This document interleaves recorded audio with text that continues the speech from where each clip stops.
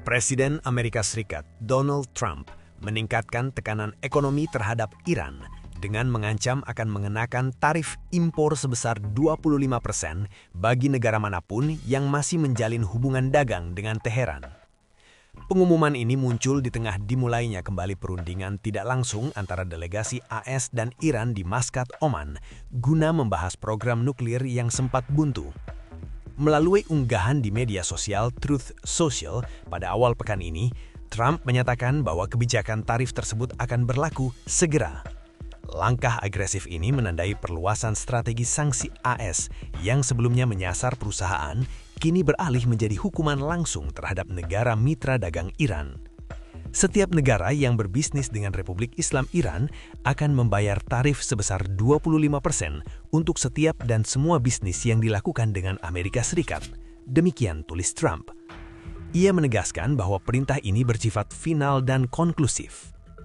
Langkah ini dipandang sebagai upaya Washington untuk mengisolasi Teheran secara total, terutama setelah tindakan keras pemerintah Iran terhadap aksi protes anti-pemerintah di dalam negeri. Negara-negara besar seperti China, Brasil, Turki, Uni Emirat Arab, dan Rusia yang merupakan mitra dagang utama Iran berpotensi terdampak langsung oleh kebijakan ini. Meskipun ancaman ekonomi terus bergulir, jalur diplomasi mulai menunjukkan titik terang. Pada Jumat 6 Februari 2026, Oman kembali memfasilitasi perundingan tidak langsung antara AS dan Iran.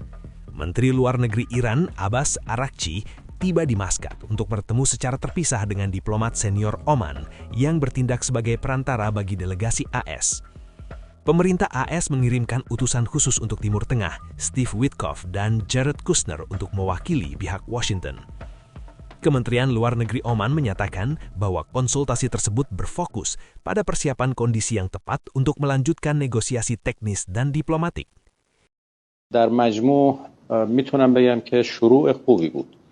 ولی ادامه اون منوط به این هست که ما در به اصطلاح پایتخت‌ها مشورت‌هایی رو انجام بدیم و در مورد چگونگی ادامه تصمیم بگیریم. این که عرض می‌کنم در مورد نفس ادامه تقریبا توافق نظر وجود داشت و قرار شد که ادامه پیدا کنه، ولی اینکه زمانش، چگونگیش، تاریخش اینها رو در مشورت‌های بعدی که از طریق آقای البوسعیدی انجام خواهد شد انشاءالله تعیین می‌کنیم. ما اگر همین روند و همین دیدگاه در به اصطلاح طرف مقابل ادامه پیدا بکنه، ما میتونیم در جلسات بعدی به یک چارچوب مورد توافق برای این گفتگوها و در رابطه با موضوعاتی که مطرح هست برسیم. ولی نمیخوام از الان قضاوت بکنم.